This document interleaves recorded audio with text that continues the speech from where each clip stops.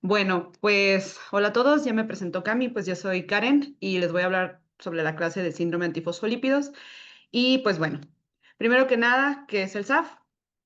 Sabemos que es una enfermedad autoinmune sistémica que se caracteriza por la presencia de autoanticuerpos que están dirigidos a los lípidos de membrana y a las proteínas que van a unir a los mismos.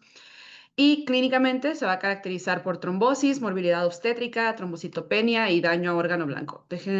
Hago chico esto. Ay, me cambié, ¿verdad? Déjame ver. Me equivoqué de pantalla. Esperen. Ya. Creo que esto otra vez. ¿Ya se ve bien? Sí, ¿verdad? Sí, se ve normal. Va. Excelente. Muy bien.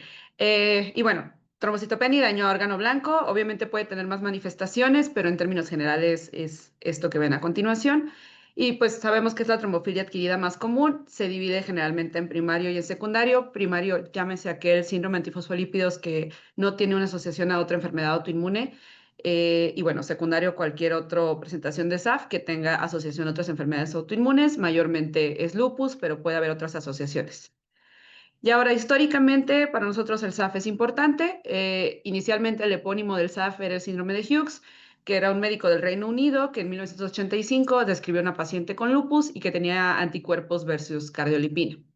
Pero desde 1963, Bowe y colaboradores, que eran médicos de la Clínica Mayo, hablaron de la presencia del anticoagulante lúpico en diferentes series de pacientes. Y posteriormente, en 1965, en nuestro instituto de nutrición, el doctor Donato Alarcón, que es una de las figuras más importantes para la reumatología mexicana, pues hicieron descripciones de pacientes con anticoagulante lúpico positivo y lesiones dérmicas que también tenían lupus. Entonces es importante destacar esto porque se dice que pues México tuvo una situación relevante en relación al SAF, esto como algo histórico. Y bueno, ya dejando un poco de lado esto, epidemiológicamente se desconoce con precisión la prevalencia, pero va de 40 a 50 casos por cada 100.000 habitantes. 40 a 50 de las pacientes con lupus o de los pacientes con lupus tiene SAF. Y pues varía que de 1 al 5% de la población general va a tener anticuerpos positivos y que esto represente el síndrome clínico. Y eso vamos a ahondar un poquito a continuación. ¿Es la primera clase de reumatología que tienen, Cami? ¿Es correcto? Sí, ¿verdad? ¿O Sí, no? Ah, sí. ok, muy bien. Para irme explicando algunas cosas y desglosando algunos términos, sobre todo para los R1 y los R2 que a lo mejor están un poquito menos familiarizados. Entonces, bueno, ya hablando un poquito de patogénesis, pues sabemos que en reumatología hay antígenos, entonces en este caso los antígenos pues forman parte importante siempre de la patogénesis. Uno de los antígenos es la beta-2-glicoproteína 1, que también otro nombre que recibe es apolipoproteína H, que es una proteína que sabemos que está en el plasma, que también puede estar en la placenta, que se encarga de funcionar como cofactor para la unión de fosfolípidos y que puede funcionar como anticoagulante, antiagregante fibrinolítico. Es importante que ustedes sepan que, pues bueno, estos antígenos, aparte de mediar la patogénesis, pues van a tener algunos otros bemoles que ahorita vamos a discutir a continuación, como también la cardiolipina, que es un fosfolípido que forma parte de la membrana interna mitocondrial, y el anticoagulante lúpico, y en este quiero hacer mucho énfasis y quiero que se entienda bien porque a veces es un poquito compleja esta definición. El anticoagulante lúpico en sí no está hablando de un antígeno, sino está hablando de varios ejemplos de antígenos, que es una prueba indirecta que habla de la presencia de IgG o IgM que están dirigidas a las proteínas de unión de fosfolípidos. En este caso, por ejemplo, puede ser la protrombina, pero puede ser la misma beta-2-glicoproteína. En sí, la presencia del anticoagulante lúpico es una prueba coagulométrica que ahorita vamos a desglosar, y habla de una función cualitativa, no es un antígeno como tal. Fue el primero en describirse, es el que más asociación tiene a trombosis, pero no es un antígeno, entiéndase que es la presencia de anticuerpos que no permiten que se forme a cabo de forma adecuada la cascada de la coagulación, por lo tanto causa la prolongación del TTP in vitro, pero trombosis in vivo. Ahorita voy a dar como un diagrama porque a lo mejor el concepto es un poco más complicado, pero entiendan que esta parte no es como un anticuerpo se forma contra el anticoagulante lúpico, no. O sea, el anticoagulante lúpico no es una molécula, sino se puede hacer cualquier molécula que haga esta prolongación del tiempo para coagular. Y por eso se llama anticoagulante lúpico, por la situación que pasa in vitro, pero en vivo es otra situación. Y también el SAF tiene otros antígenos como el complejo fosfatidilcerina protrombina, como el complejo bimetina cardiolipina, la anexina 2, la anexina 5, el dominio 1 de la beta-2-glicoproteína 1. Y todos estos antígenos se conocen también como anticuerpos no criterio en muchas ocasiones. ¿Qué quiere decir esto? Que ahorita que en un rato más que desglosemos los criterios de clasificación, todos estos antígenos que ven abajo, que sí son antígenos, realmente no medimos, no los contamos a veces como criterios diagnósticos, salvo en pacientes que nos quede como mucha duda, pero no son parte de los criterios clásicos. Y bueno, hasta el momento eso no se ha actualizado, pero no vamos a complicarnos mucho con eso, nomás sepan que existen y que pueden tomarse como una situación laboratorial relevante en los pacientes que eso se estudie de esa forma, ¿no? En fin, no, luego si quieren les pongo más ejemplos, como lo hacemos en reumatología, pero bueno, para que sepan que esto existe. Y es importante que sepan que la beta-2-glicoproteína y la cardiolipina pueden tener anticuerpos que son IgG, IgM o IgA. Los anticuerpos IgA también son anticuerpos no criterio. Van a ver, por ejemplo, los que han rotado en nutrición con nosotros, que tenemos como la batería de estudios que pueden ser cualquiera de los 3 subtipos o subclases o clases de anticuerpos y ya podrán pues ver cómo nosotros nos enfocamos siempre en IgG, IgM, que son los criterios, pero bueno, ahorita andamos un poquito más en eso. Ahora bien, el anticoagulante lúpico, y esto me interesa que se entienda muy bien. Las pruebas más utilizadas para medir el anticoagulante lúpico es el RBTT, que es el RBT, que es el veneno de la víbora de Russell, que finalmente la presencia de fosfolípidos y veneno de la víbora de Russell se añaden al plasma del paciente, pero también está el TTPA sensible a fosfolípidos, que es otra prueba. En nutrición usamos usualmente la primera, que se utiliza en la mayoría de los laboratorios. Es una serie de generalmente 3 pasos. Ahorita no voy a tampoco meterme mucho en eso porque la parte técnica en sí nos podría tomar casi una clase. Solamente me voy a enfocar en que se entiendan las generalidades de este tipo de pruebas. Y bueno, el TPA sensible a fosfolípidos se añaden fosfolípidos y calcio al plasma del paciente. En un suero normal, como ven bueno, nuestra izquierda se alcanza a ver aquí, tenemos que no tiene presencia de anticuerpos antifosfolípidos, tenemos el plasma del paciente y el fosfolípido que se añade para estimular la formación de la cascada la cascada de coagulación, añadido con el veneno de víbora y todo esto, pues el coágulo se debe formar en un tiempo normal, ¿no? Y en un paciente que tiene anticuerpos antifosfolípidos, que va a tener el anticoagulante lúpico positivo, digamos que aquí están el plasma, aquí están los anticuerpos, y el hecho de añadir fosfolípidos y también cualquiera de los otros dos, ya sea el veneno de víbora de Russell, finalmente estimula la cascada de la coagulación y hace que estos anticuerpos se unan a los fosfolípidos y al tener esta unión antígeno-anticuerpo, que ya vimos cuáles pueden ser las opciones, hace que el coágulo tarde más en formarse. Entonces, esto es algo como pues sí, patológico, ¿no? Porque debería pasar como vemos en la imagen de acá, pero para los pacientes que tienen positividad anticoagulante lúpico, pues pasa de la siguiente forma y por tanto es por esto que el TTP-A se prolonga. Entonces, lo que ya comentamos, los fosfolípidos o el veneno, con el calcio o el veneno hacen que se active la cascada de coagulación, sea anticuerpos antifosfolípidos se unen a los fosfolípidos y aumenta el tiempo de coagulación. Siempre hay un paso de mezcla de la muestra con el plasma normal y esto va a pasar a quienes les guste hemato siempre que tengan pues unos tiempos de coagulación alterados, idealmente tienen que entrar, y en médica sí pasa, entran a pasos de mezclas para ver si corrige o no corrige, y el paso confirmatorio generalmente del anticoagulante lúpico es añadir más fosfolípidos para neutralizar anticuerpos y corregir el tiempo de coagulación, y es así como se determina positivo. Realmente, por lo general, esto se hace aproximadamente 3 veces y se busca que se confirme la presencia de anticoagulante lúpico con 2 métodos distintos. Eso es lo ideal. Sin embargo, pues a veces en algunos laboratorios se hace de formas distintas, pero técnicamente es una prueba que tiene sus bemoles. En general es todo esto que acaban de ver. Y bueno, si salen dudas, si quieren las comentamos al final, porque sí, esto está un poquito revoltoso, pero ya conceptualmente, a lo mejor y gráficamente se entiende un poquito más fácil. Ahora, ¿cómo se forman estos anticuerpos? Está el modelo de 2 hits, que el modelo de 2 hits pues prácticamente se basa en que los pacientes ya tienen anticuerpos por alguna situación inmunológica basal, antifosfolípidos circulantes, y pasa lo que ven como en esta imagen de acá, que por alguna razón, por ejemplo, el paciente se infecta, al paciente lo operan y finalmente tiene como la activación del complemento y se vuelve toda la cascada patogénica de lo que ocurre en el SAF.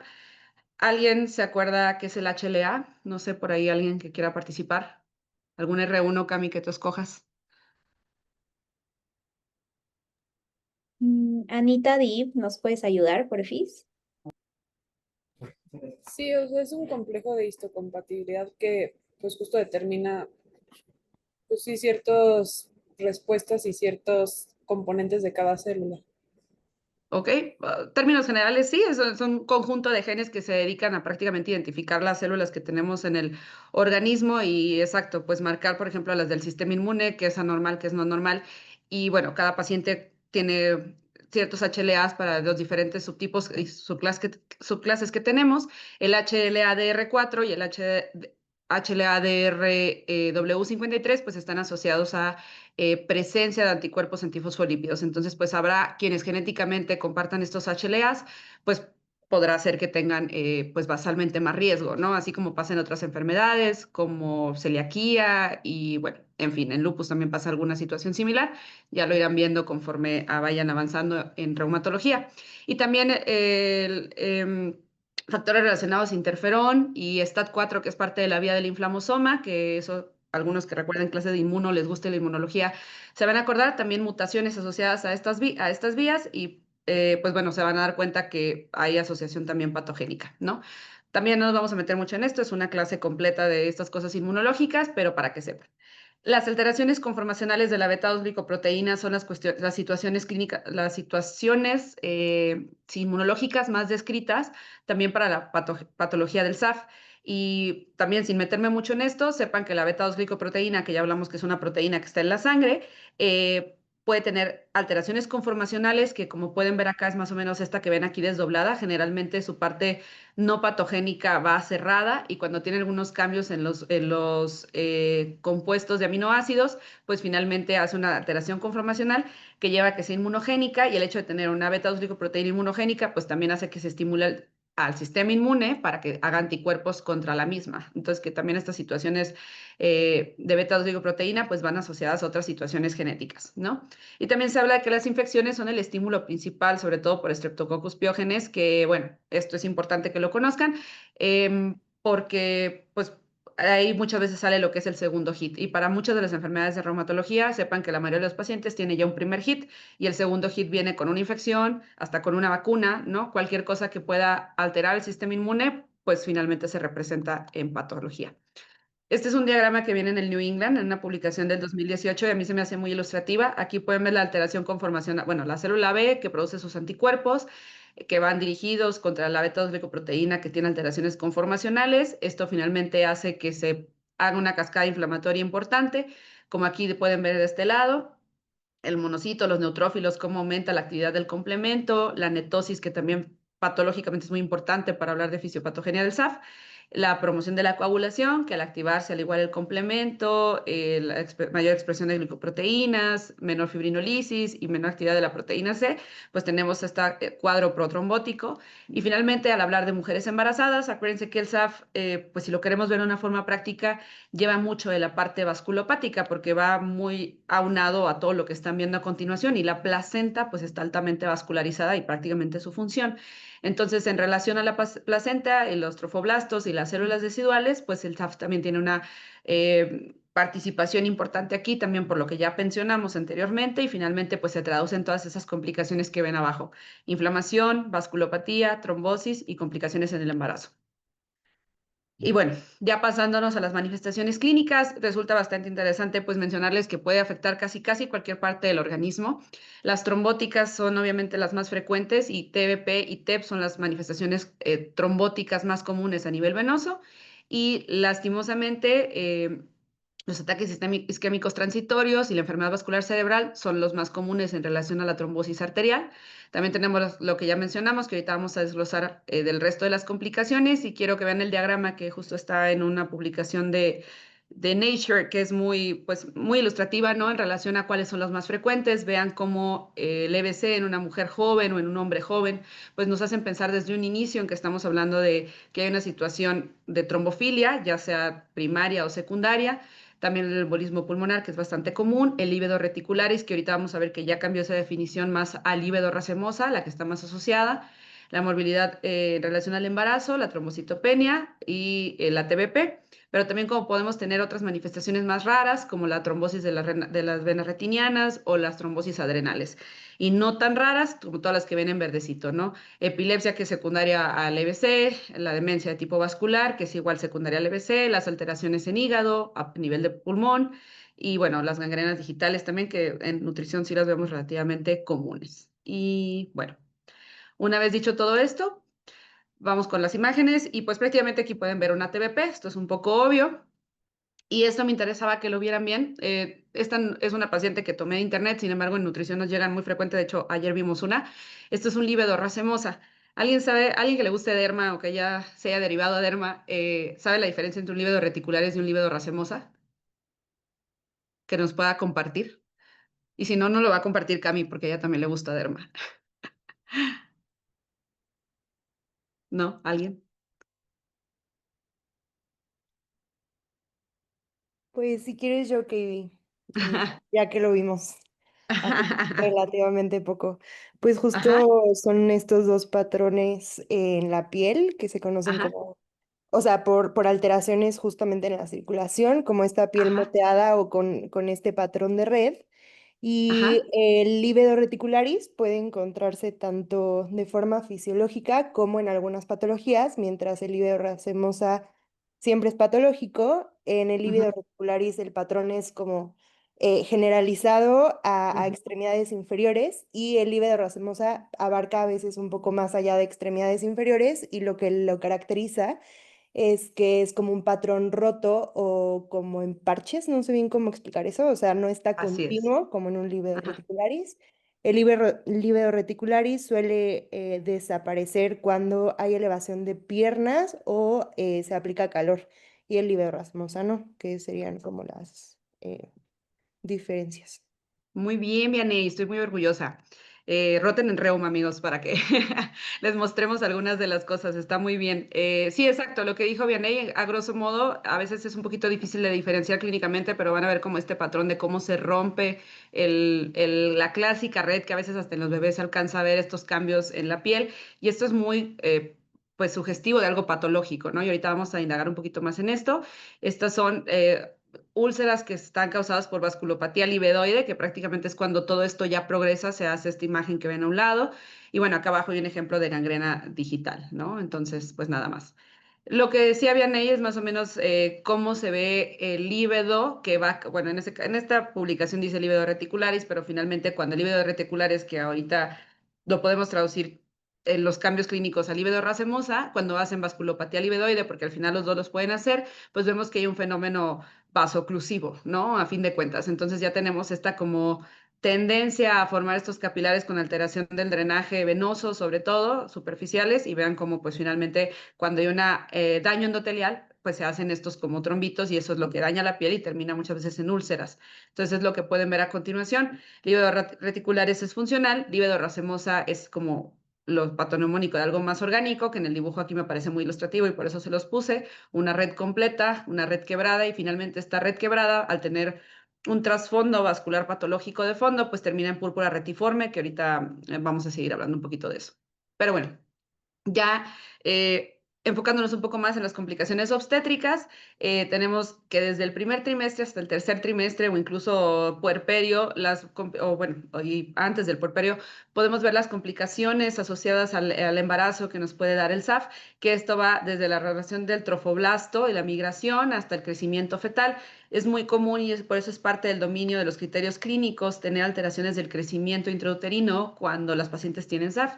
Y hay muchas pacientes que a lo mejor en reumatología las cachamos, no sé, que ya tuvieron 3 hijos y a los años, ay, les salió lupus, ¿no? Pero realmente si tú le preguntas por sus embarazos, resulta que el bebé nació a las 32 semanas, nació chiquito, ¿no? Y entonces van a ver que nosotros como en reumatología también tratamos siempre de preguntarle los antecedentes ginecobstétricos. Para nosotros son muy importantes.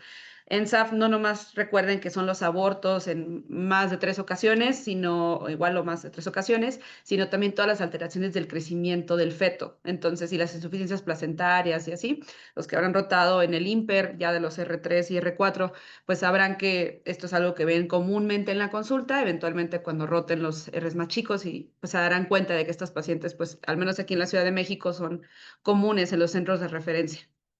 Y bueno, ya basándonos en las órganos específicas, tenemos la nefropatía asociada a SAF, que aquí pues podemos ver diferentes imágenes de los glómerulos que están comprometidos en relación a la parte vascular. Aquí en la imagen, ¿alguien sabe qué estamos viendo? ¿Alguien que quiera participar? No sé, que le guste cardio, neumo, que se le Si ocurra. quieres, yo te ayudo. Ajá, ¿cómo te llamas? ¿Quién eres? Perdóname. Soy Emilio. Ay, Pantu. el pantuflastrón. Y así es. ¡Guau! Qué bien que estás en la clase, Pantu. A ver, cuéntanos, ¿qué es? Pues a ver, son 4 imágenes histopatológicas. En Ujú, la primera de arriba tenemos una tinción HY. En la tipo ajá, B tenemos una tinción tricrómico de Masson. En ok. la C tenemos una tinción con, me parece que es HY también, porque la de al lado Sí, es PAS, me parece. muy bien. No, No Pato, sé pero si la o sea, C es una plata metionamina de Jones, pero el punto es que son vasos sanguíneos y están trombosados. así es. Pero no me refería a esas, me refería a las del pulmón y la del corazón, pero estuvo perfecta tu participación. Ok. Estuvo genial. Pero de las del pulmón y del corazón, ¿qué opinan? Pues mira, la del pulmón está lleno de infiltrados. No sé si sea como infartos pulmonares, o sea, parecieran. ¿Te No lo sé. parece? ¿Y eso es parénquima lo que estamos viendo o es más la fase para mediastino? ¿Qué opinas? Mm, caray. Traca, a ver. ¿Tú qué Sí, piensas? Tú, a no, ver, sí. ves algo muy homogéneo? ¿ESAF? ¿Qué te parece esa imagen? Lo, o sea, se ve muy, o sea, justo no se ve tan homogéneo.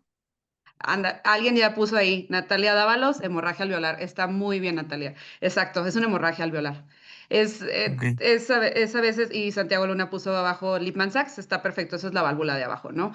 Pero me importa mucho que vean esta imagen de la hemorragia alveolar porque a veces parece una neumonía de focos múltiples, a veces parece sobrecarga, que en médica yo creo que estamos muy sesgados a la parte de cardio y luego todo lo vemos como agua, ¿no? Pero la realidad cuando ya cambiamos a otros lugares y vemos estas como imágenes, pues hay que pensar en otros diagnósticos diferenciales, ¿no? Porque si yo les enseño este ataque de primera intención, podrían decirme, bueno, es una es un COVID, ¿no? No sé, por decirles algo, ¿no? Pero el ver un infiltrado tan homogéneo, no tan consolidado, sino como más disperso en el parénquima, pues es algo compatible con hemorragia alveolar. Obviamente esto es una urgencia para nosotros los reumatólogos y sí me importa que se aprendan muy bien esta imagen. Digo, porque hemorragia alveolar puede haber en lupus, puede haber en vasculitis, puede haber en SAF, pero es importante que la recuerden para fines de cuando vean una así, sepan que probablemente algo no está bien. Sobre todo si ven un fenotipo clínico compatible, ¿no? Si la paciente viene trombosada de una pierna, es una muchacha joven, todo lo que ya sabemos. Y bueno, la endocarditis de Lehmann-Sachs es la que ven abajo, estas como múltiples verrugosidades que le dicen en la literatura, que bueno, pues finalmente la endocarditis de Lehmann-Sachs tiene asociación tanto a lupus como a SAF. Entonces, pues bueno, esto es para que lo conozcan, como se ve una válvula que ahí pues a esa paciente se le quitaron. Esta imagen es de internet. Creo que en médica ha habido pocos casos de Lehmann-Sachs, pero sí los hemos llegado a tener, pero también es importante que vean esta parte histopatológica para que se acuerden cómo está la válvula de alterada. Bueno, ya pasando, ¿Pan, tú todavía quieres ser hematólogo o ya no? No sé en qué van. ¿Sí? Sí, todavía. Sí, Todavía quiere todavía. ser fan. Ah, muy bien. Bueno, pues este es el fuerte también de los hematólogos, porque el SAF puede tener muchas complicaciones asociadas a la parte hematológica, y yo me atrevería a decir que es de las más importantes, como la trombocitopenia inmune, que en este caso pues sería algo secundario, que va un poco la fisiopatogenia, pues con base a las asociaciones a los anticuerpos a donde va dirigido, que ahorita no nos vamos a meter tanto en eso, nomás si quieren tomarle foto a la diapo o me quieren pedir la expo o lo que ustedes quieran, pues se las pasamos. También hay disminución de la producción plaquetaria porque pueden llegar a presentar síndrome fagocítico. Esto no es de siempre, pero bueno, es una situación que puede llegar a pasar.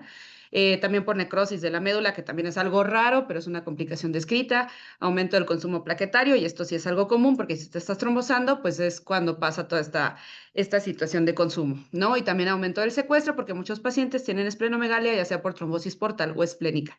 Pero bueno, sepan que la trombocitopenia, que es una de las manifestaciones más comunes en SAF, es multifactorial. Eso es lo que quiero ilustrar con esta diapositiva. Ya una diapositiva más importante es esta que nos ilustra todo el perfil hematológico que pueden tener alterado los pacientes con SAF. Entre ellos ya vimos lo de la trombocitopenia, que está acá arriba en gris, pero acá abajo podemos ver cómo pueden presentar sangrado o cómo pueden presentar microangiopatía trombótica, que en el espectro de la microangiopatía trombótica va la anemia hemolítica microangiopática, que es esta que ven acá abajo, que está dividida como maja, la púrpura trombocinopénica trombótica, el síndrome anémico hemolítico, y obviamente si lo traspolamos a una mujer embarazada, se asocia con HELP y también con coagulación intravascular diseminada, que esto también se asocia a necrosis de la médula ósea. Entonces es como, este círculo me parece importante que lo tengamos en cuenta. Aquí a mí no me gusta como los autores dividieron esta parte de microangiopatía trombótica separada de anemia hemolítica microangiopática, porque finalmente son de un espectro compartido o es un subtipo, pero sepan que todo esto es importante porque cualquiera de estas manifestaciones las puede tener su paciente. Obviamente hay ciertas diferencias en anemia hemolítica microangiopática versus púrpura trombocitopénica trombótica y SHU, sobre todo en manifestaciones clínicas, edad, fisiopatogenia, pero pues sepan que es parte de este espectro que está bastante complejo, pero que sepan que si una paciente tiene cualquiera de estas situaciones clínicas o un paciente, también hay hombres, pues bueno, hay que pensar en SAF como una de las causas. Ahora, ¿de qué se mueren los pacientes con SAF o qué comorbilidades tienen? Digo, este es un estudio, a mí me gusta, es del 2014, ya tiene un ratito de parte del Europhospholipid Project, que es de 13 países de la Unión Europea.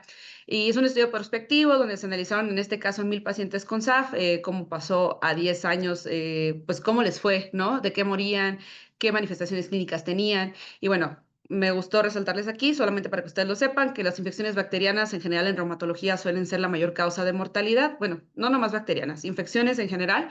En este caso para SAF sí fueron bacterianas, pero sepan lo que mucha de la mortalidad de nuestros pacientes viene a razón de las infecciones y porque nosotros pues utilizamos mucha parte inmunosupresora, ¿no? Y la diapo más importante me parece esta, solamente para que se vean la parte que está en morado, que la trombocitopenia sí suele ser de las manifestaciones más comunes, la trombosis venosa profunda por igual, y entre eso, dentro de la parte clínica y dentro de la parte obstétrica, la pérdida gestacional temprana, menos de las 10 semanas, que eso todavía se clasificaría como aborto, suele ser la manifestación obstétrica más común.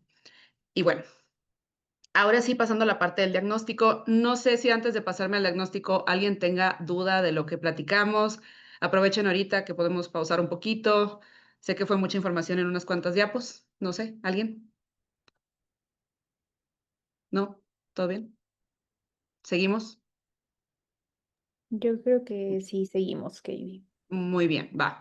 Entonces, ya pasándonos a la parte del diagnóstico, en el 2023, pues la Asociación Americana de Reumatología, bueno, el Colegio Americano de Reumatología y EULAR, que es la Liga Europea contra el Reumatismo, se encargaron de hacer una actualización de los criterios de clasificación del síndrome antifosfolípidos y con la intención de modificar los criterios de Sapporo porque había definiciones pendientes o que no estaban claras y se buscaba aumentar la sensibilidad. Cabe mencionar, por si lo quieren saber como dato cultural, que hay mexicanos involucrados en la participación de estas guías. La doctora Mari Carmen Amigo está incluida en como las personas que ayudaron a contribuir a estas, y esto es importante porque pues hay figuras mexicanas y reumatólogos mexicanos relevantes incluidos en pues, muchas cosas de reumatología, ¿no? Como algunos ya habrán escuchado, sabrán por la carrera o porque les gusta reuma o no sé, lo que quieran. En reumatología utilizamos los criterios de clasificación para prácticamente todas nuestras enfermedades.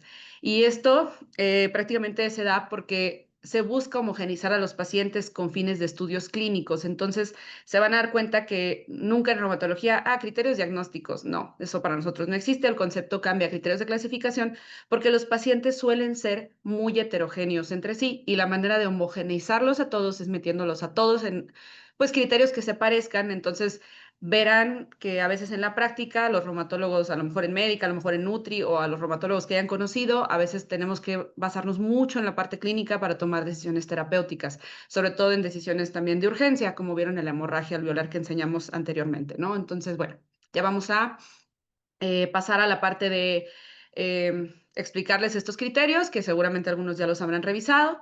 Primero, hay criterios de entrada para casi todas las enfermedades de nosotros. Primero hay que tener un criterio clínico, que ahorita vamos a desglosarlos, y la positividad a a un examen de laboratorio de anticuerpo que estén relacionados al síndrome antifosfolípidos. En este caso sea el anticoagulante lúpico o títulos moderados a altos de anticardiolipina, ya sea o antibeta 2 glicoproteína 1, ya sean IgG o IgM, que hayan pasado, que estén positivos durante los primeros 3 años del criterio de entrada clínico. ¿Qué quiere decir esto?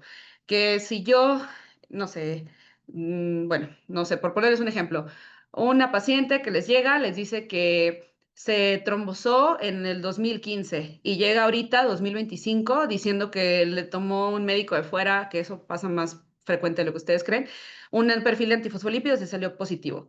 Eso no tendría asociación clínica porque si fue hace 10 años la trombosis, pues qué valor le vas a dar ahorita al criterio clínico, ¿no? O sea, tenemos que haber pasado como, o sea, un margen de 3 años de que tengas estos anticuerpos positivos en relación al criterio clínico para considerarlo.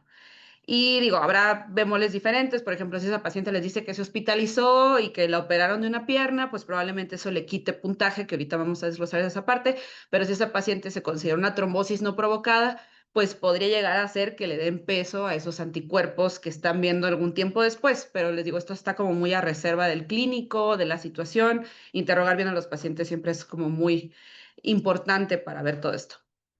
Una vez que todo esto está ausente, pues no lo vamos a clasificar como síndrome antifosfolípidos y si está presente lo que ya comentamos, que son un criterio clínico y un criterio de laboratorio, pues vamos a los criterios adicionales, ¿no? O vamos a ir añadiendo cositas. Entonces, ya los criterios, el dominio clínico es complejo, pero vamos a desglosarlo un poquito. Primero, en D1 ven lo macrovascular venoso, y D2 es macrovascular arterial. Ahora, aquí puntúa diferente si el paciente tiene un alto riesgo de trombosis de base o si tiene un bajo riesgo de trombosis de base.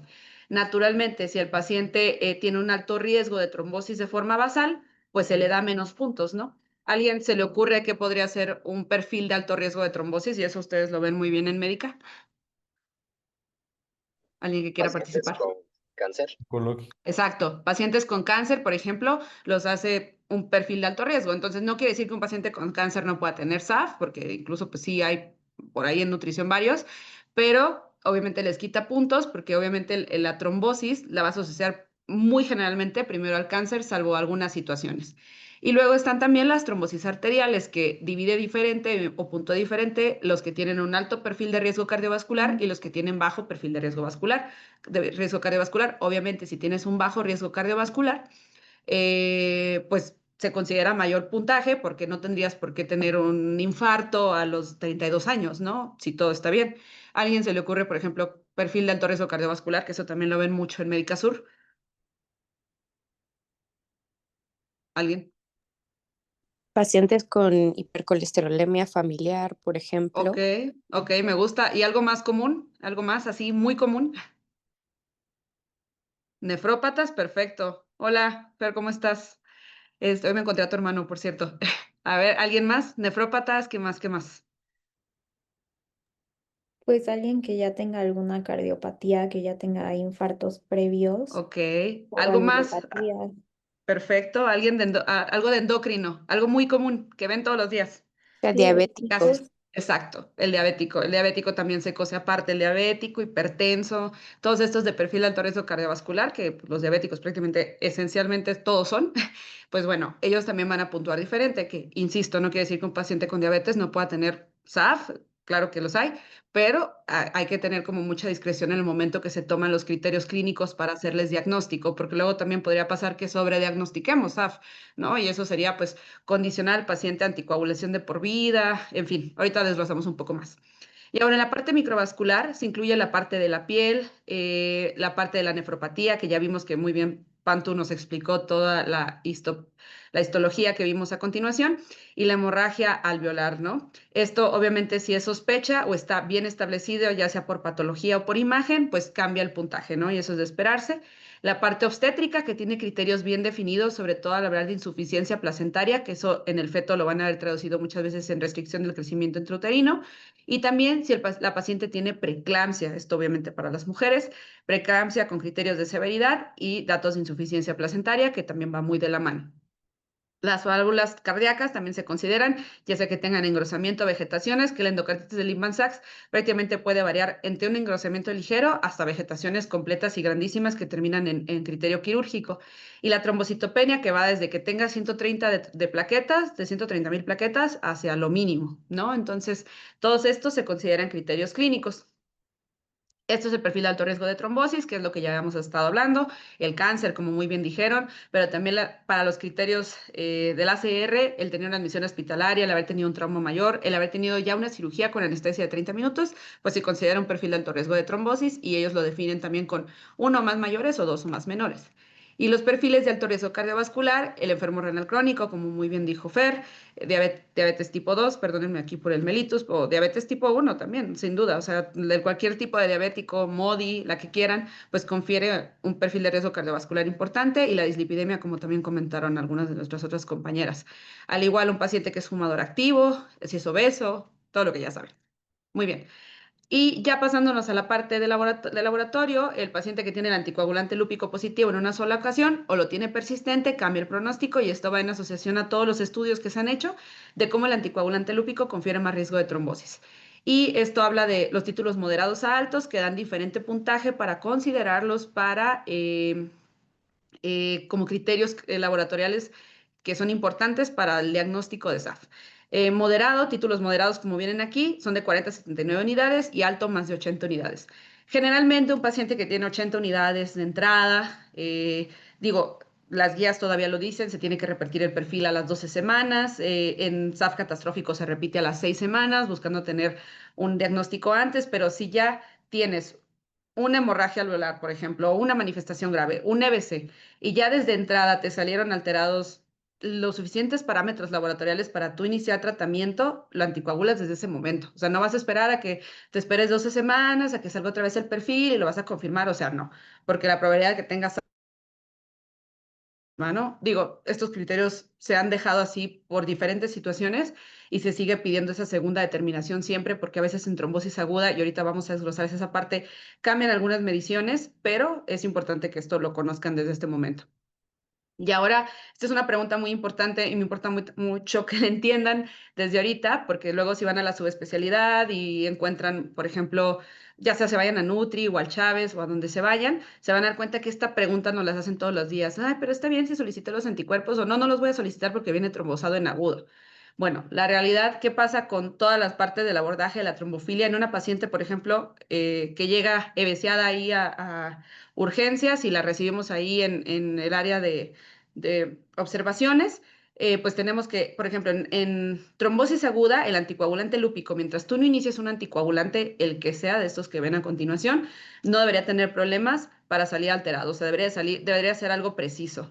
Al igual los anticuerpos anticardiolipina, recuerden que estos son anticuerpos, entonces los anticuerpos pues no se ven alterados por anticoagulantes, ¿no? Porque son anticuerpos, o sea, eso debe de poderse medir bien, por eso toda esta parte de los diferentes anticoagulantes dice reliable, les recomiendo que esta diapo le tomen foto, screenshot, lo que quieran, porque creo que es muy importante y nos la siguen, pero nos lo preguntan siempre, de verdad.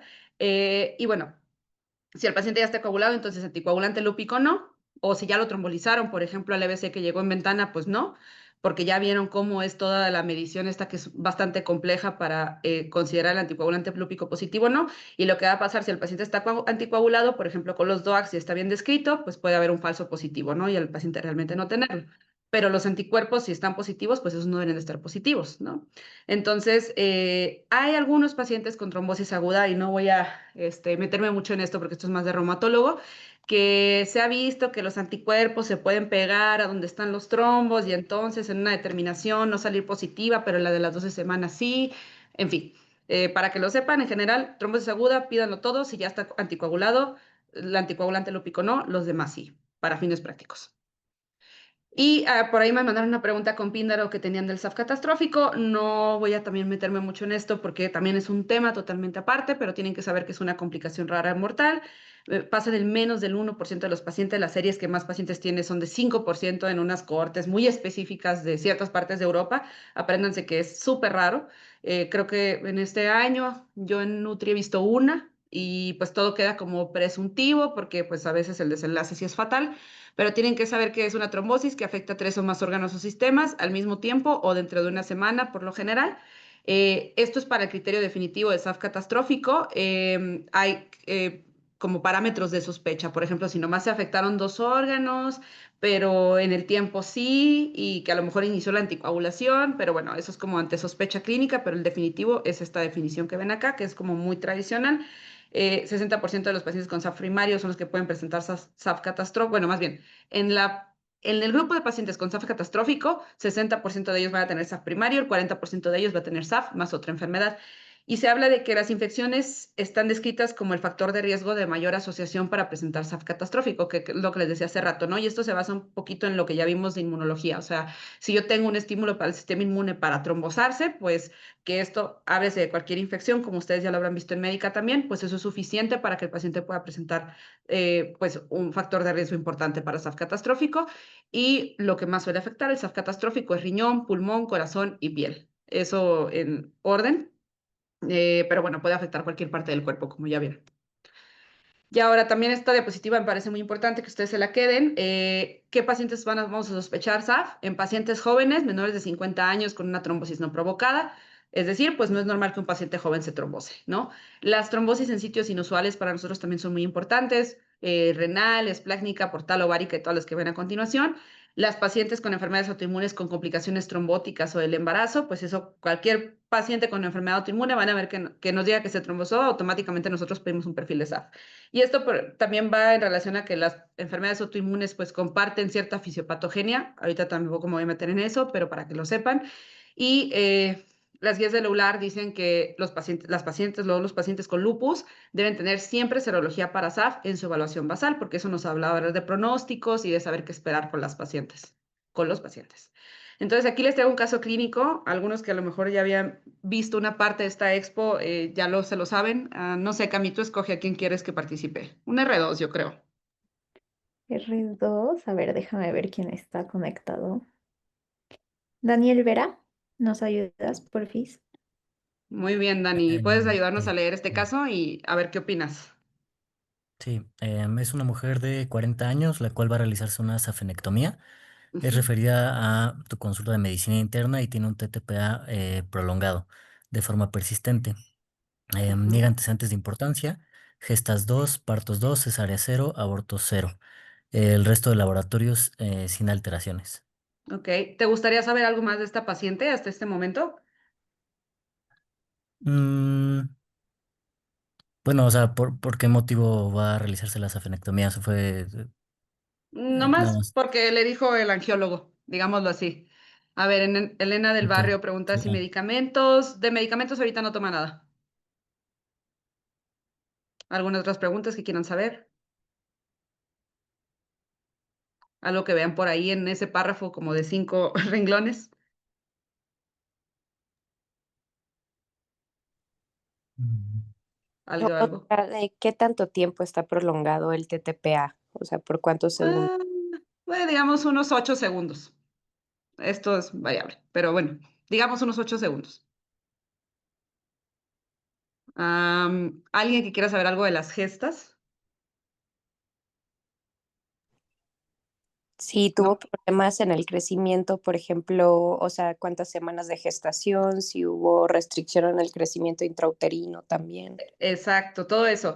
Digo, ahorita a esta paciente les voy a contestar que no, por cómo va a estar, cómo está dirigido este caso clínico, pero me parece muy importante que esto sí apréndanselo. O sea, en una mujer que les llega a la consulta, digo, obviamente si va enfocada por algo de reumatología, sí apréndanse que hay que preguntarle. Digo, gesta 2 para 2 suena algo completamente normal, ¿no? Pero si dijera cesáreas, pero hay que indagar un poquito más, ¿no? Gesta 2 parto 2 oiga, ¿usted tuvo alguna complicación en su embarazo? ¿De cuántas semanas nació su bebé? O sea, como que todas esas cosas te van orientando, porque ahorita pues se ve como algo muy superficial, ¿no? Este caso clínico, pero podemos ir desglosando poco a poco algunas cositas. Entonces, la parte ginecobstétrica, insisto, yo siento que cuando yo era internista a mí me valía, ¿no? Y lo volví a retomar en reuma porque forzosamente lo tienes que hacer. Entonces, y a veces ahí están las pistas, ¿no? A lo mejor esta chava les dice, ¿sabes qué? Sí, mi niño nació de 34 semanas y me dijeron que se me subió la presión. Y es todo lo que saben, pero las mamás se suelen acordar muy bien de las situaciones que tuvieron añadidas al embarazo. Y entonces, Dani, regresando a ti, pues la encuentras con esto. ¿Qué te parece esta imagen? ¿Qué le ves? ¿La ves normal? ¿No la ves tan Ah, no, pues normal? sí, sí me parece que sí tiene líbido. Ok. ¿Qué líbido de lo que nos Más, dijo Vianney? mm, ¿Qué te parece? a ver, ¿A qué le apuestas? no, ¿Cómo se ve? es que sí ¿Se se ve ve? como cortado, o sea, a lo mejor no tan congruente Exacto. como el No, está muy reticular, ¿no? bien. Se Sí se ve ve, cortado. ajá, Exacto. Se ve cortado. Entonces, eso es líbido racemosa, ¿vale? Muy sí, bien. más racemosa Ahora. que sí. Así es, muy bien. Entonces, pues después de la exploración física, Dani, tú solicitas un perfil de SAF y tiene anticuerpos positivos a títulos altos y anticoagulante lúpico positivo. ¿Y por qué le solicitaste un perfil de SAF? Porque se te hizo raro que tuviera el TTPA prolongado, que esa es a veces una pista clínica para pensar de por qué, de cómo podemos iniciar el abordaje. TTP único prolongado, TTPA, que es el único prolongado del perfil de coagulación, eso es sospechoso de SAF. Digo, obviamente en una paciente que tienes esta exploración física, ¿no? No lo vas a solicitar nomás porque sí, porque tampoco se trata de, ay, voy a pedir anticuerpos y a ver qué sale. Acuérdense que eso del perfil reumatológico y cachar cosas por escopeta, no, eso no se debe hacer. A veces se hace por practicidad cuando uno está en medicina interna, pero la verdad es que debe ser como un abordaje muy dirigido. Y tú, como ya recibiste esta clase, ves eso en las piernas y dices, eso no es normal, ¿por qué tienes esto, no? Y le salió el perfil positivo, todo está positivo.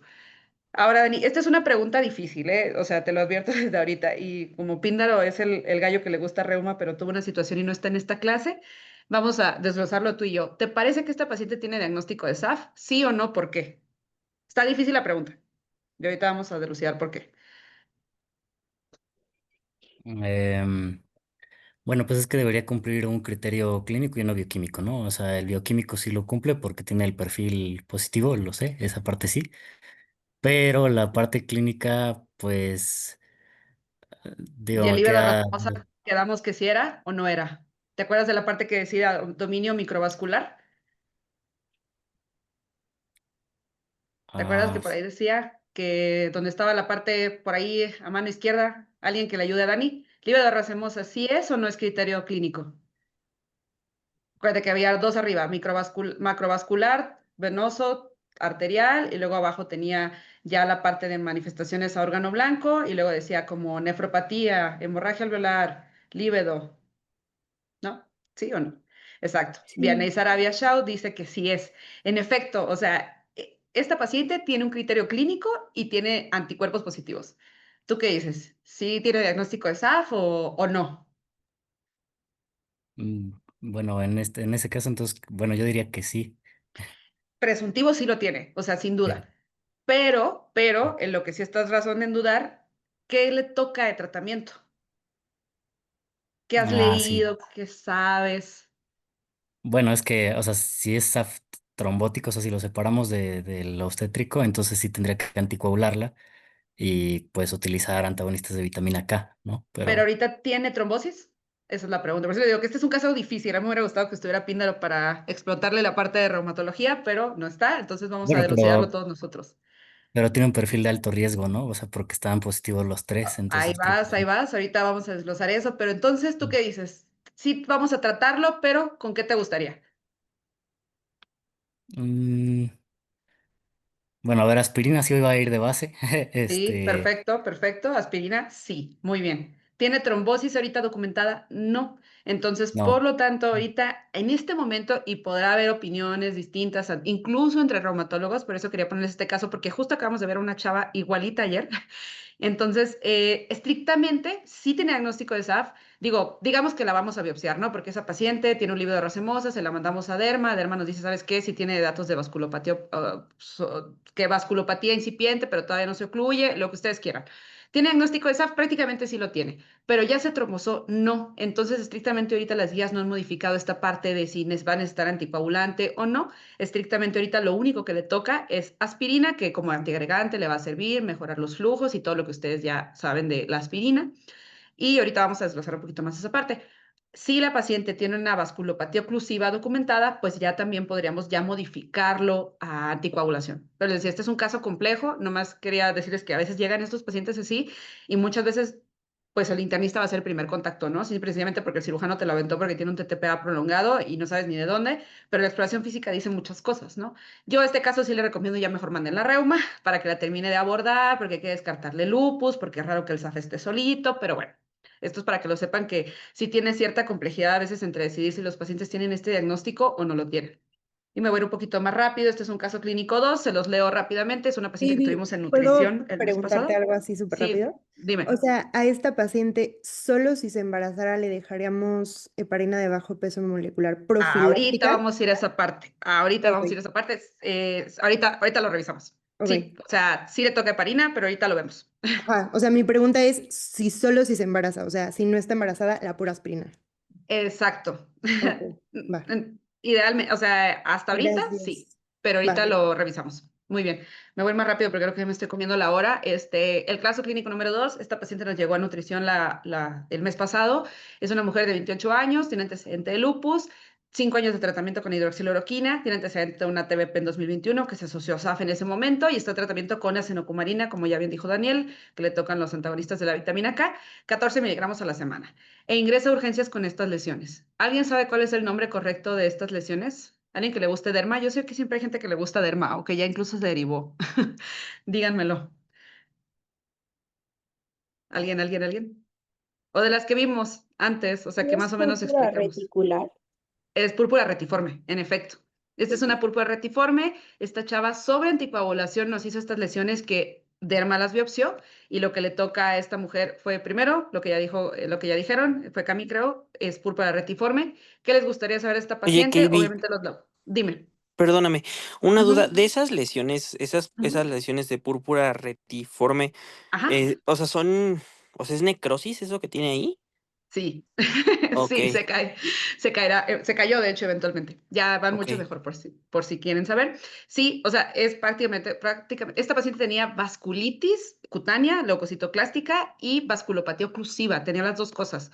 Mm. Finalmente, ¿qué nos gustaría saber de esta paciente? Esta paciente durante esa hospitalización hizo anemia hemolítica, naturalmente lo que les gustaría saber, les digo ya por cuestiones de tiempo me voy más rápido, pero lo que les gustaría saber es qué otras manifestaciones tiene. Obviamente esa paciente les llega con esas lesiones de piel y muy seguramente viene activa de otra parte, entonces hay que pedirle una VH completa, un ego que esté bien analizado, creatinina, química, o sea, laboratorios completísimos, porque así como el SAF está afectando la piel, podría estar afectando cualquier otro órgano, y a lo mejor la piel no te hace hacer a veces como cambios tan importantes en el tratamiento, pero órganos como el cerebro, órganos como el riñón, órganos como el pulmón, órganos como el corazón, o deterioro de la función renal, o lo que ustedes quieran, eso sí nos hace cambiar el tratamiento. En este caso, esta paciente tenía datos de anemia hemolítica microangiopática y pues se tuvo que bolear. Esa fue la situación. Y bueno, se le dieron bolos, luego la prednisona 1 por kilo y finalmente le dejamos rituximab, si mal no recuerdo. Y bueno, ya, esta paciente va mucho mejor, pero pues a este tipo de pacientes justo me gustó este caso porque es un caso complejo en el cual tuvimos que añadir más inmunosupresión. Porque alguien podría decirles, bueno, pues le dejamos hidroxiloroquina, pero pues bueno, ya ha tenido hidroxiloroquina por el lupus. Entonces el rituximab bien asociado a una situación vasculopática oclusiva que ya con tratamiento, o sea, aún con anticoagulante, está haciendo estos fenómenos trombóticos, ¿no? Entonces eso le tocó rituximab y nada más. Y ahora vamos a hablar del tratamiento. Las guías de 2019 de ULAR son las que nos hablan de la tromboprofilaxis primaria, que es lo que vimos en el caso que estaba repasando Daniel. Tromboprofilaxis secundaria, que es como vieron en el caso anterior, que ya está anticoagulada, y el ajuste al escenario clínico, que también asemeja a lo que vimos en el cuadro anterior. Tromboprofilaxis primaria, pacientes portadores de SAF con perfil de alto riesgo, que ahorita lo vamos a recomendar, lo vamos a revisar, perdón, se recomienda aspirina. Y los pacientes con lupus que también tienen un perfil de SAF positivo, pues también se recomienda aspirina. El perfil de alto riesgo, para esto van a encontrar diferentes definiciones en la literatura, pero la más actualizada y la que dicen las guías de 2019 es esta. La presencia del anticoagulante lúpico, ya sea única vez o persistente, la positividad doble o triple entre anticuerpos o la presencia de títulos persistentemente altos de anticuerpos de SAF, que ya vieron cuánto es un nivel alto, eso es un perfil de alto riesgo. Por lo tanto, a lo mejor en uno de bajo riesgo, que no tiene anticoagulante lúpico y sus anticuerpos apenas están positivos, pues a lo mejor no le dejas la aspirina, pero eso ya es más decisión del reumatólogo y obviamente con los respectivos bemoles. En reumatología, yo creo que a Vianey y a los que a Cami y a los que han notado con nosotros se van a dar cuenta que nosotros, en la medida que les explicamos a los pacientes, tratamos de normar con ellos qué parte del tratamiento a veces les gustaría llevar cuando tienen opción ellos de tomar decisiones dentro de su tratamiento, que eso se llama Shared Decision Making, es un concepto muy importante para nosotros, y habrá pacientes de bajo riesgo, pero o de un riesgo ahí moderado, que les digan, ¿sabe qué, doctora? Yo no quiero trombosarme, yo sí quiero tomar la aspirina, así yo tenga un anticuerpo débilmente positivo, y dices, bueno, pues no le va a pasar nada con la aspirina. Muy diferente a una señora que les diga, no, doctora, yo no sé tomar pastillas, si no me gusta, pues a veces les damos chance, pero idealmente, pues sí deben tomar su aspirina cuando tienen perfil de alto riesgo. Y esto es lo que como van a encontrar muy documentado y siempre les van a preguntar y muy seguramente en el examen de consejo y en el examen de la sub o de la alta, el que hagan, les van a preguntar, pues muchas veces, ¿cuál es cuál es la prueba de SAF que más se asocia a trombosis? Y esto está demostrado en diferentes estudios, este es de 2021, donde pueden ver que el risk ratio sube hasta 3.56 veces más que el resto de los perfiles. Entonces, y con una asociación significativa porque todo está del lado del intervalo de confianza a razón de la trombosis. Entonces vean cómo incluso también un anticuerpo que es no criterio, que es IgA beta 2 glicoproteína 1, podrán ver que está 2 veces más asociado. Entonces, esto también es muy importante que lo sepan, que hay diferentes perfiles de anticuerpos que se asocian más a trombosis, pero el anticoagulante lúpico siempre va a ser el más asociado. Y ahora sí, la tromboprofilaxis secundaria, esto prácticamente se lo tienen que saber porque ¿por qué siempre un paciente con SAF? Y ahorita vamos a desglosar rápidamente esto porque sí, ya nos alcanzó el tiempo. Paciente con trombosis venosa, buscamos un antagonista de la vitamina K, acenocumarina, que es lo que más tenemos en la práctica, pero si consiguen warfarina, pues también está bien, para llevarlos un INR meta de 2 a 3. Y en trombosis arteriales es lo mismo, salvo que el paciente tenga nuevos eventos de trombosis o que tenga contraindicaciones, por ejemplo, porque ya nos ha pasado pacientes que son alérgicos o intolerantes a los antagonistas de la vitamina K, pues el peor es nada, siempre son los DOACs, no están idealmente indicados y ahorita vamos a ver los estudios en de dónde se basa que no se deben de usar los DOACs, pero bueno, si no hay de otra, pues es peor que no esté anticoagulada. Digo, idealmente cambio heparina de bajo peso molecular, pero se van a dar cuenta que, bueno, en médica a lo mejor no se dan cuenta porque lo paga el seguro, pero en el medio público la heparina de bajo peso molecular es carísima y sostener un tratamiento diario a dosis anticoagulantes de una heparina bajo peso molecular es incosteable para cualquier instituto de salud o cualquier paciente allá afuera que no tenga un seguro de gastos médicos o incluso con seguro de gastos médicos. Sería súper complicado que se lo paguen porque de verdad heparina diario para toda tu vida pues es algo carísimo, ¿no? Entonces a algunos pacientes sí les hemos llegado a usar DOAC, es raro, tratamos de no hacerlo, pero bueno, habrá situaciones donde tengamos que hacernos pues uso de ellos. Y ahora lo que preguntaba también Vianey de los eventos obstétricos, pacientes portadoras de perfil de SAF positivo, asintomáticas con perfil de alto riesgo, aspirina durante el embarazo, eso sí. Pacientes con SAF obstétrico, ASA y heparina profiláctica durante el embarazo. Bueno, eso sí tuvieron SAF obstétrico o tienen riesgo de SAF obstétrico y continuar 6 semanas del posparto. Pacientes que tuvieron SAF trombótico es aspirina más heparina a dosis terapéutica, ya no profiláctica durante el embarazo.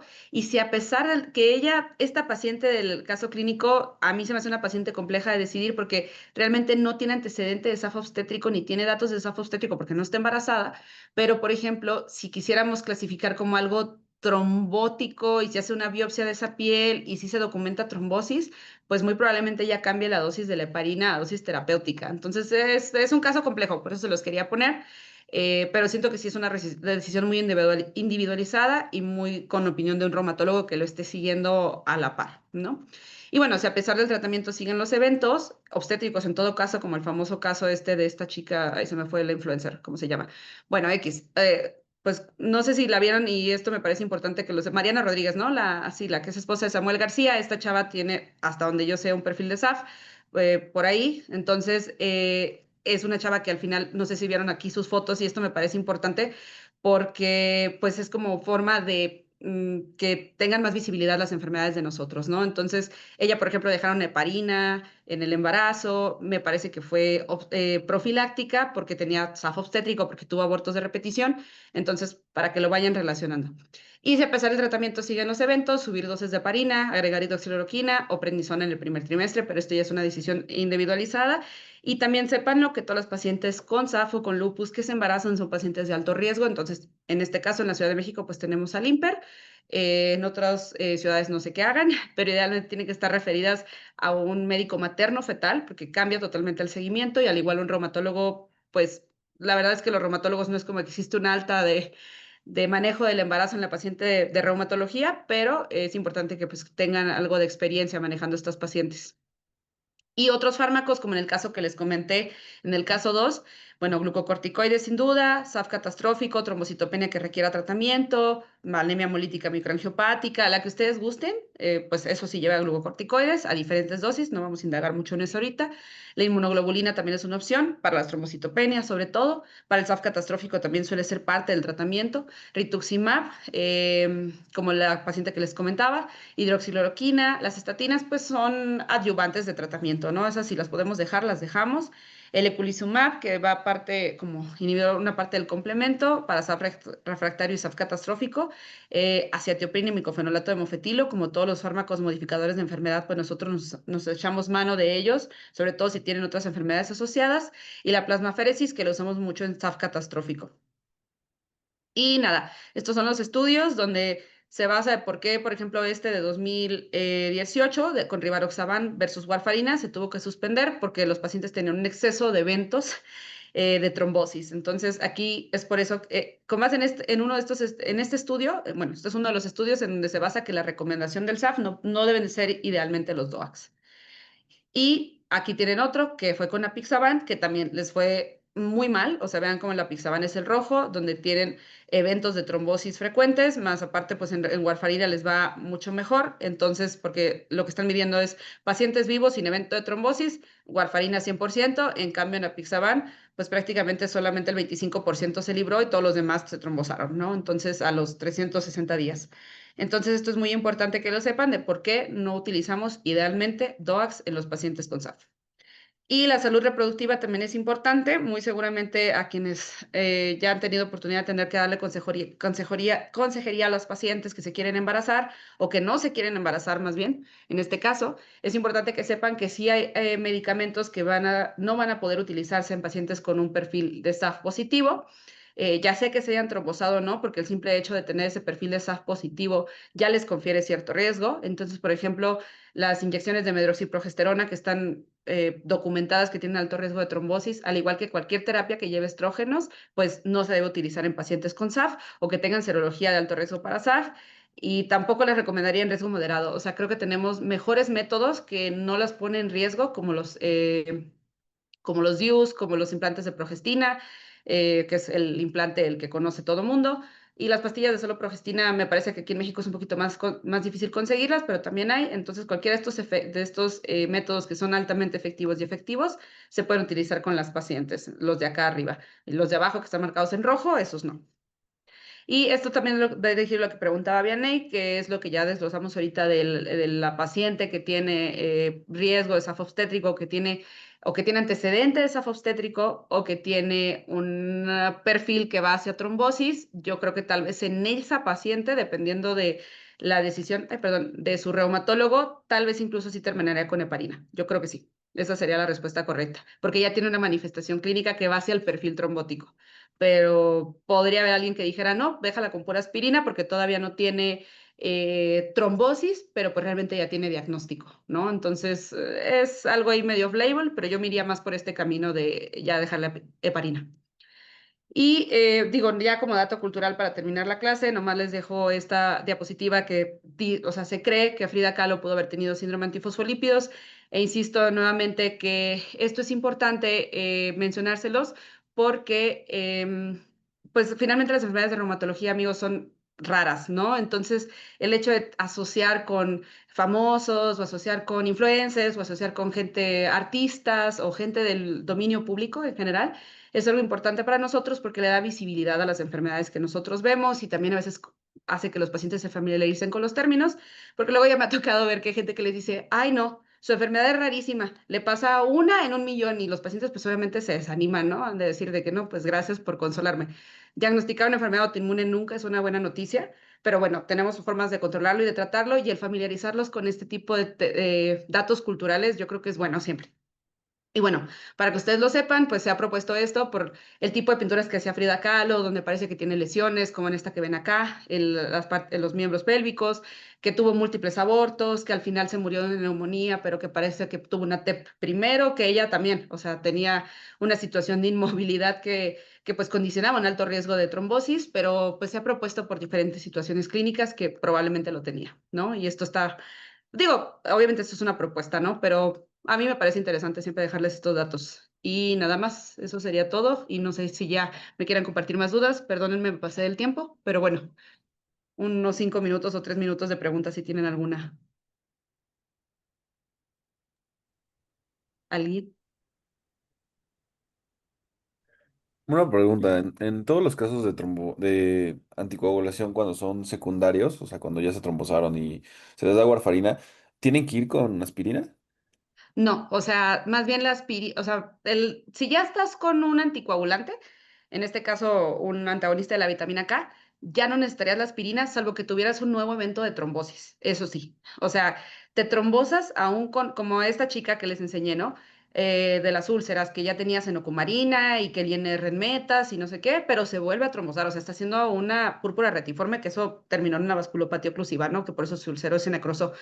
Em, Ella, por ejemplo, si le añades aspirina, es algo aceptable. O si le quieres subir las metas de INR a 3 y 4, también es algo aceptable. Al final, en Reuma, las guías a nosotros nos sirven como para homogeneizar también decisiones, pero no lo son todo. O sea, tienes que individualizar porque los pacientes son como muy únicos en sus presentaciones clínicas. Entonces, sí, o sea, aspirina solo si se retrombosa o tiene nuevos eventos sobre la anticoagulación que ya tiene, pero basalmente no, es el puro ABK. Gracias. Sí, de nada. ¿Alguien más? No. Creo que ya, KB. Ok. Pero Yo tengo uno mil gracias. rápido, Igual si perdón. hay algo. Ah, vas. El search. Hola, Katie. Search. Oye, Hola. mientras más altos estén los títulos, sí hay mayor riesgo de trombosis. Sí, sí, sí, sí. O sea, el tener títulos altos se confiere mayor riesgo. Es como nosotros, por ejemplo, cuando vemos un lupus muy activo, generalmente manejan títulos de anticuerpos muy altos. Digo, obviamente no es una premisa que siempre sucede en el 100% de las pacientes, pero por lo general tener anticuerpos más altos en cualquier enfermedad autoinmune suele conferir mayor riesgo de una enfermedad activa. Entonces, sí, Muchas gracias. sí, de nada. Ay, ¿se puede una última pregunta? Sí, claro, con confianza, amigos, aprovechen. Solo, entonces, si entendí bien, independientemente del perfil, si es triple positivo o no, lo más recomendado entonces son antagonistas de vitamina K, independientemente de eso.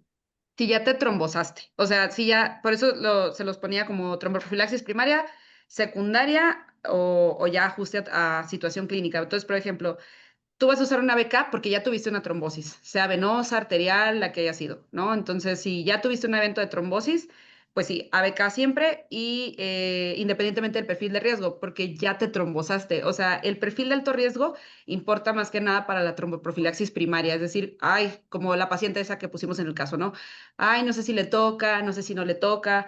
O sea, una paciente que tiene triple grupo de anticuerpos positivo, pues a esa paciente le toca aspirina, ¿no? Pero eso es para tromboprofilaxis primaria porque no se ha trombosado. Tromboprofilaxis secundaria, pues lastimosamente es cuando ya te trombosaste, pero realmente es muy difícil que los pacientes te lleguen sin trombosarse y tú decir, ah, es un SAF, ¿no? Eso es virtualmente, digo, sí nos ha pasado, pero es muy raro que los caches antes de que se trombosen. Entonces, la única manera de hacer algo preventivo es con aspirina. Ujú. Vale, muchas gracias.